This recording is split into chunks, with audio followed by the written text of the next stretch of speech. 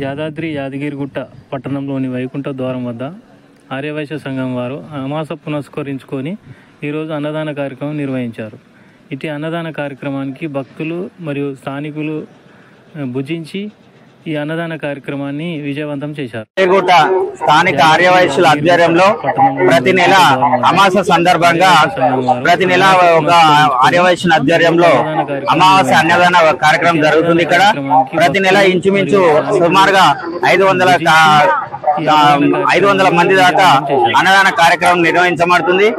ఈ కార్యక్రమంలో స్థానిక ఆర్యవైశ్యులు అందరూ పాల్గొని జై వాసవి మాతాకి జై.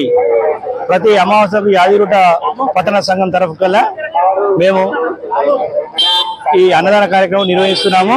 సుమారు 500 నుంచి 600 మంది వరకు ఆర్యవైశ్య పట్టణ యాదగిరిగుట్ట తరఫు కల్లా భోజన వసతి కల్పిస్తున్నాము అందరికి, భక్తులకు మరియు పట్టణ ప్రజలకు.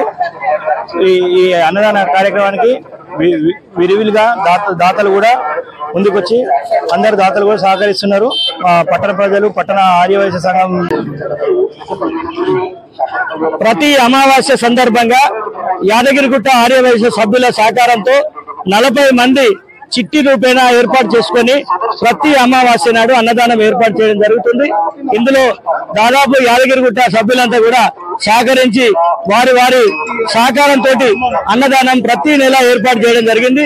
ఈ భక్తులు యాదగిరిగుట్ట వచ్చే భక్తులు, లక్ష్మీనరసింహ స్వామి భక్తులు ఎవరైతే ఉన్నారో వాళ్ళందరూ కూడా ఈ కార్యక్రమాన్ని వినియోగించుకొని అన్నప్రసాదాన్ని